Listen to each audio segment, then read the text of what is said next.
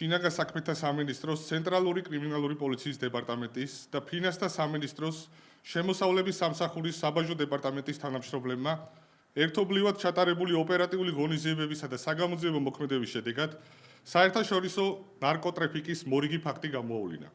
სამართალდამცავების მიერ ამოღებული იქნა განსაკუთრებით დიდი ოდენობით 103 კილოგრამამდე ნარკოტიკული საშუალება მეტამფეტამინი, რომლის საბაზრო ღირებულებაც ეგრეთ წოდებულ შავ ბაზარზე დაახლოებით 30 მილიონ ლარს შეადგენს.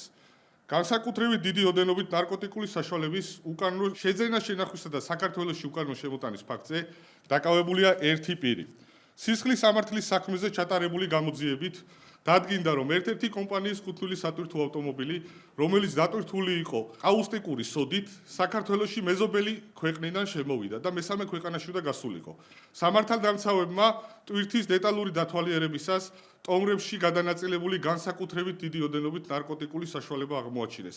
მოცემულ საქმეში ჩართული სხვა პირების დადგენისა და მათი სისხლის სამართლებრივი პასუხისმგებაში მიცემის მიზნით შესაბამისი კომპლექსური ღონისძიებები ინტენსიურ რეჟიმში მიმდინარეობს.